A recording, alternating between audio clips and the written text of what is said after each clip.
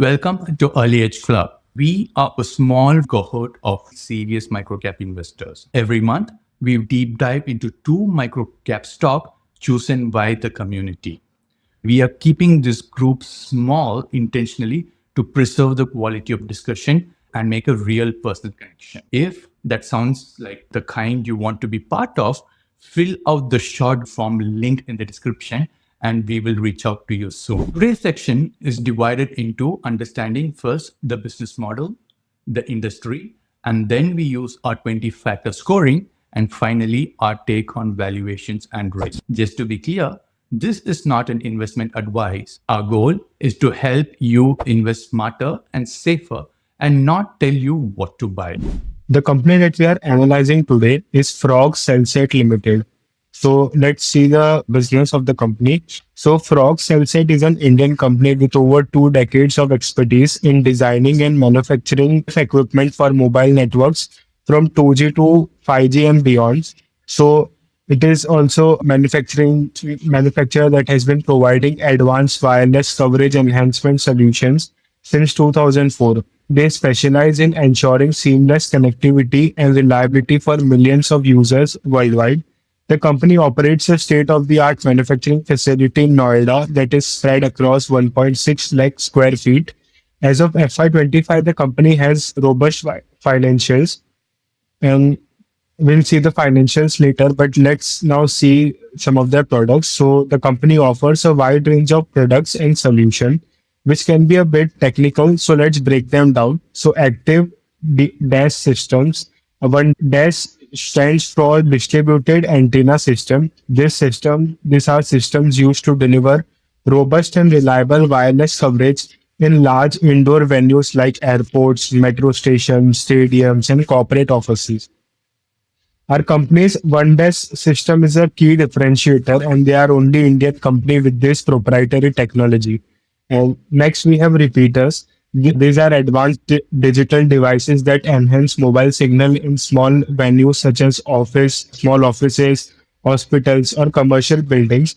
They are a cost-effective solution for providing good coverage where it's needed the most. Then we have IBS accessories and network accessories. So IBS stands for in-building solutions. These are essential components like RF jumpers and splitters that help optimize in-building mobile signal coverage. Then network accessories are also crucial for seamlessly integrating with mobile cell sites. Lastly, antennas. So Frog Cellsat provides high gain antennas that enhance signal strength and provide extensive coverage for wireless communication. So this is also indoors basically. In total, their product portfolio consists of more than 27 products. Now, next slide. So this is a very exciting part of Frog Cellsat story. The company is strategically diversifying beyond its core telecom business by adding a new surface mount technology or SMT line to its facility. This marks the company's foray into new manufacturing services. The SMT line, which became operational in March 2025, will be used to manufacture new products under the FCL brand, including SFPs, small form factor pluggables, IP, CCTV cameras, Wi-Fi routers, and power adapters. The company has already set a conservative revenue target of around 60 to 70 crores from this new product lines for FY26. This expansion is driven by significant market opportunities and regulatory changes. For example, starting in April 2025, there is a ban on CCTV cameras with Chinese integrated circuits for deployment. Since most existing CCTV brands use Chinese components, this creates a massive vacuum in the market for made in India alternatives. Frog Cellsat is perfectly positioned to capitalize on this as a domestic manufacturer. The Indian video surveillance market is estimated to be worth around 4.4 billion in 2025, and it is projected to grow to 7 billion by 2030, with the IP CCTV camera segment alone worth 2.17 billion. However, it's important to note that the government of India has mandated that CCTV manufacturers must meet STQC certification. This is a new certification which the government has introduced, and this requirement should be met to be eligible for government projects. And our company does not have the certification, and I didn't find any information about if they have applied for it or not yet. So this is something which we need to track. If the company wants to don't miss out on any government contracts, basically. Now, the manufacturing plant. So our company has a state-of-the-art manufacturing facility in Noida. It is equipped with the latest technology to ensure high quality standards. Their R&D facility is approved by the Department of Scientific and Industry Research, which is the government of India body. This shows their commitment to innovation and their ability to develop import substitutes and technologically advanced products. The company's operations are also fully aligned with government's Make in India initiative and the PLI scheme for telecom equipment. The company has a diverse and prestigious client base, including major domestic mobile operators like Airtel, Vodafone. They also work with system integrators like Nokia and Ericsson, large project developers such as Adani and Siemens, and government and defense organizations. This diversification shows their ability to serve multiple segments of the market and not to be overly dependent on a single type of customer. There is tough competition in the global DS market. We'll come on to that in the next slide. Building on their success in India, the company is now focusing on global expansion. Their strategy involves forming collaboration with partners, system integrators, and resellers in key focus geographies, specifically Europe and Africa. The global DS market is valued at over $1 billion, and Cellsat believes its proven technology, which has been deployed in major Indian airports, can compete effectively in this new market. Now, apart from this, there is tough competition in the global DAS market as JMA Wireless, Solid, Comscope, and Comba.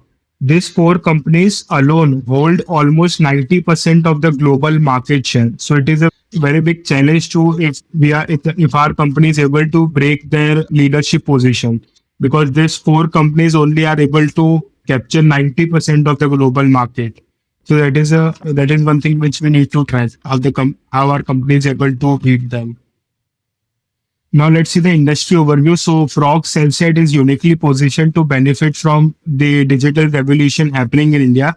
India's mobile and internet penetration are increasing, and the government is actively pushing for digital inclusion through initiatives like BharatNet. This has also led to investments exceeding $1 billion in pan-India 4G, 5G radio access network and backhaul expansion. Frog Cellsat is the only Indian company with the proprietary technology to manufacture and deploy DAS system, which is significant competitive advantage for our company. The domestic DAS market is also estimated to grow at a CAGR of 10% or more. Now, let's see the management team. So the company is led by an experienced and capable management team. Trivedi, the MD, and his team brings decades of experience in the telecom industry. Their expertise in R&D, operations, and finance is crucial for the company's strategic vision and execution. This strong leadership provides a stable foundation for company's future growth. Now, let's see the historical performance. We can see a strong and consistent growth trajectory. In FY25, revenue from operation grew by almost 39% year on year, while the adjusted EBITDA margin also saw an increase to 70%. PAT also increased significantly by 51% in FY25. These numbers demonstrate the company's ability to not only grow its top line but also improve its profitability. Now let's see some of the key takeaways. So growth drivers, the company's future growth is expected to be fueled by new DAS projects in the domestic market and the recently operational SMT line. The legacy business is expected to remain flat, and is not a key driver of future growth. Next, we have the long-term vision. So Frog Cellsat has a strategic roadmap, Vision FY28, which aims to achieve around 500 crores in revenue with an EBITDA margin of over 15%. This shows a clear and ambitious long-term plan. Then we have the new products. The new SMT line is a critical investment. The company is targeting a conservative revenue of 60 to 70 crores for from new products like CCTV and LTs for FY26. This new venture is a major part of the diversification strategy and offers a significant growth opportunity. Actually have their global ambition. So the company is actively preparing to enter the international dash market in Europe and Africa, where a UK subsidiary, Corf Limited, has already been incorporated with a new EU subsidiary plant. This represents a significant potential market for their one dash solution. Then, lastly, upcoming opportunities. So, management has indicated that they expect to receive orders for new products like the interference mitigation system (IMS) and railway VHF products in FY26. They are also engaged in products within the defense sector. Also, as of March, Concall, their order book stood at around 71 crores. Now let's see the bull case. So Dash momentum to the company could continue its strong performance by securing new high value Dash projects for upcoming infrastructure like airports and metros. This would ensure continued revenue growth and high margin contracts. Secondly, SMT success. The new product lines from the SMT factory would exceed the conservative revenue targets. This will establish a strong new revenue stream and diversify the business away from its core telecom offerings. Next, global breakthrough. So the company could successfully land its first international dash deal.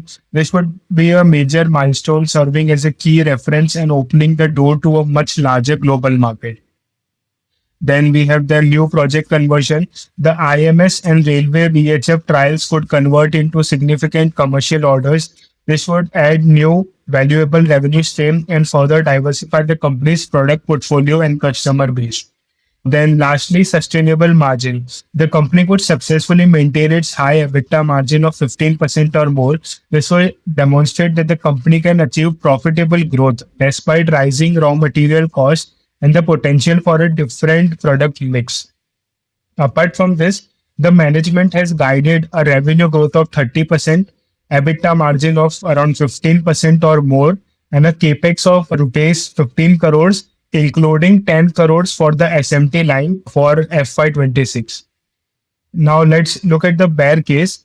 So first is project delays. The company's growth is highly dependent on winning new large value dash projects. If there are delays in this project, or if the company fails to win them, its revenue growth would slow down as there is currently no dash component in the order book as of March phone call. Next, we have new venture. Next point is new venture failure. So the new SMT products are still in very early stages. If they fail to gain traction in the competitive market, the company might not meet its revenue target for this segment, which is a key part of its future growth strategy.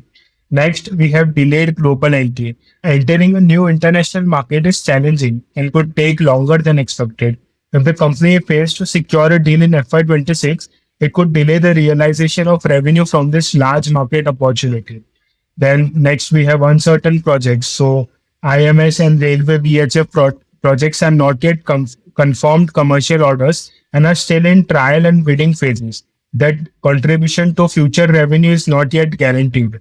So that is another problem. And lastly, weakened order book. A small order book of approximately 71 crores as of March 2025, combined with the lack of new large orders, creates a poor short-term revenue visibility. Now, let's see the company through our framework. So, Section 1, governance and promoter behavior. We have fundraise history. So, they had a fresh issue raising 41 crores in September 2022, of which 30 crores. So, almost all of the funds were used for financing their expansion projects, which was setting up manufacturing corporate building because it was mostly for capex. I gave a 5.5 score. That time promoter track record is good. The Trivedi family, through their trust and through their individual holding only, have majority of the stakeholding of the company. So I gave a 5.5 score there also. Related party transaction. So it was with mostly with our related party transaction with our wholly owned subsidiaries. And the reason why I gave a 5.5 score was that I think that this installation and services cost paid was the amount I think was fine because although it is still a large chunk of our revenue, but I think it is fine because it has gone to a subsidiary only, and I think a lot of their business comes from this services and everything. So I think I didn't find any problem in it. So I gave a 5 score there. Board composition, if we say, it is almost a professionally managed board. So there are three family on board and three independent director, and one is non-executive director. So I gave a 5 score there. And remuneration also, if you see, remuneration has also been fine as a percentage of sales. So I gave a 5 score. Key person resignation. So there was some resignation, especially most importantly, CEO Mr. Pankaj Gandhi had resigned in May 2024, and I think he went on to start his own business only in this segment, in this market only. I think it is wrong com, so it is communication related business only. So that was that, and chief sales officer had resigned. So because of that, I gave a 3 on 5 score because CEO had resigned, so it is a big thing. But there were no problem in our company, but he wanted to start its own business. So I think that is why he had resigned. But I still gave a 3 on 5 score. There were no auditor resignation or change, so I gave a 5 score. Auditor opinion has been unmodified. Credit opinion is not there, so I gave a 5 score there also. There were some legal issue which I found. So there were three civil suits aggregating to rupees 5 crores. So because the amount was a bit big, so I gave a 3 on 5 score. Investor communication, so PPTs, phone calls, annual reports, everything is there. So I gave a 5 and 5 score. Section 2, financial health. So business concentration risk. So yes, business concentration risk is there, as Airtel makes 50% or a bit more of our revenue. Only one client, Airtel, makes majority of our revenue. So that is a bad thing. So that is why I give a 0 on 5 score. Cash flow by EBITDA has also become negative this year. And before this year also it has been very low. So that is why I give a 0 on 5 score. Revenue growth versus receivables. So receivables, if you see as a part of revenue, it has been higher. So the management mentioned that increase in receivables was due to the project-based nature of the business, where payments are received based on milestone. They noted that a significant portion of the balance had already been collected after March 2025, and they expect the remainder to be collected within next 3 months. So that is why, but it was a bit higher. So that is why I gave a 3 on 5 score. But we'll have to see in the June result how the receivables becomes, if they come down or not. So inventory trends also, inventory days and cash conversion cycle is a bit higher, but I think for this business it is fine. But I still gave a 3 on 5 score here in both these metrics. Capex versus revenue has been good. Debt to equity, interest coverage ratio, quick ratio, current ratio, everything is good. So I give a 5 and 5 score in all these three metrics. ROE and ROC has been very consistent, but it is a bit below for what we consider a 5 and 5 score. So that is why I give a 3 on 5 score there. Growth consistency has also been good. So revenue growth has also been very good. Margins are increasing, both EBITDA and PAT margins. So I give a 5 and 5 score there. Overall, the scores comes out to be 78. And for the valuation and final take, I'll hand it over to you. Especially the management side, they're very clean. Currently trading at 15 PE and lot of in terms of revenue triggers. Yeah, some it has been consolidating around this 200 ranges for quite some time now since listing. Currently trading at 235. On a conservative basis, let's take they do 247. And have they given any margin guidance though? They are targeting EBITDA margins of Let's see 15%, that. around And 15%. the growth is around 30%, right? Yeah, they have given So the we are guidance just of taking 30%. 10% here, but then the market is not giving them that benefit of the doubt, and maybe that is the reason why it's trading a bit lower. So some upside being extremely conservative, but even if you keep this is coming around like 15%, then you have some more upside. But if they actually end up doing 15%, then on a 1 year forward basis, there is a huge upside optionality. They have been like mostly operating cash flow positive this year. Because of some jump in receivables, it's negative, but have finished doing a huge capex. So let's see how that plays out. So if you have a longer time frame, let's take a net profit figure, or Yeah, net profit figure of 24. Now let's be conservative and just reduce it to 20, and our required rate of revenue is 25, and terminal growth rate 3, and our holding period is 5, and okay, let that multiple be 13. So the required growth rate has to be 25%.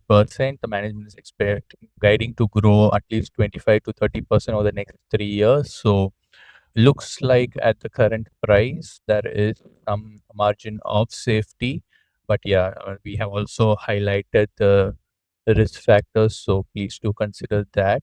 And overall looks like an interesting company to do a deeper research on.